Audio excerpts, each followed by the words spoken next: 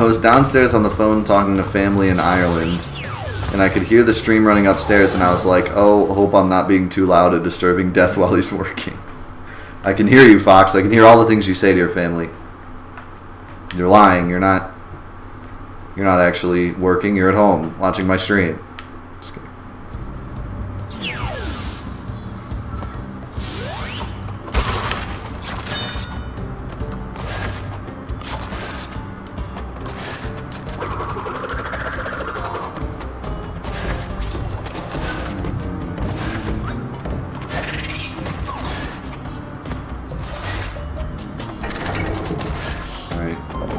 We done?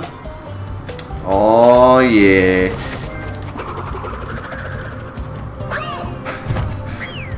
There it is, boys. The final platinum.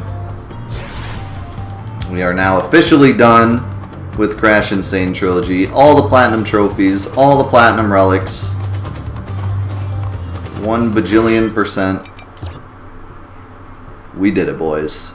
The end. We're finally done. And, you know, I really do enjoy this game. I think they dumbed down the difficulty a little too much, which is funny because a lot of people think the game is too hard. But the relics, for sure, are much easier. I flew through these relics like no one's business, and you should not be able to do that. The original Crash 3, the relics were so incredibly difficult. But, overall, it was still a great game. I'm going to leave this here for now so we can listen to the great Crash theme while we jump over to our platinum list. Alright, so we got Crash and Sane Trilogy, Crash Bandicoot 3. We got me because no one donated for this specific one.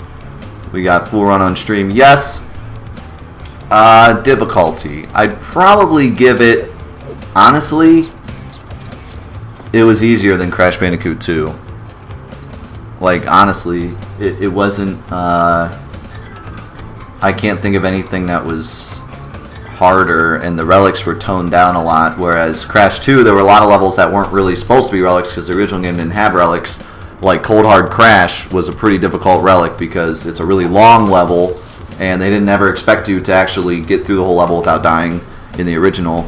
So doing it with the relic was pretty hard, and it was pretty tight as well, the timing for the relic. But again, to get the platinum trophy, all you need is the gold relics, not the platinum relics. So, yeah, I would give this one, like, I don't know if I want to give it a 6.5. I don't think it's that easy, but I do think it's easier than 2. So maybe like 6.8 or some silly number like that. Just because it's easier than Crash 2, but it's not easy either.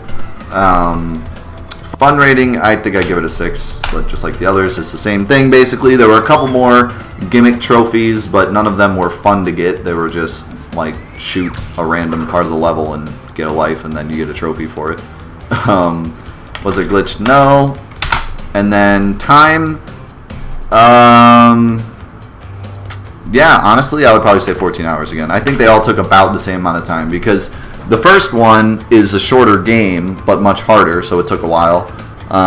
The second one was longer, but not as difficult as the first one. And the last one was the longest game, but also the shortest in terms of getting the relics. So I think all in all, they were all about the same time, maybe give or take an hour, but I'm okay putting 14 hours. So yeah, that's it for Crash and Sane Trilogy. Our 78th platinum. That number is wrong. I gotta move all these numbers down now. Hold on. I moved everything down but the numbers. There we go. Wait. What have I done?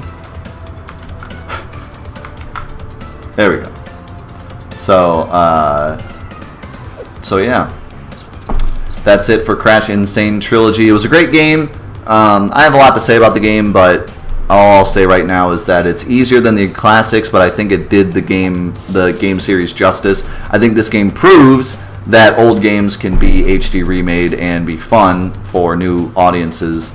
And I'm hoping they do more, like Spyro or any of the other cool Sony classics that I grew up with.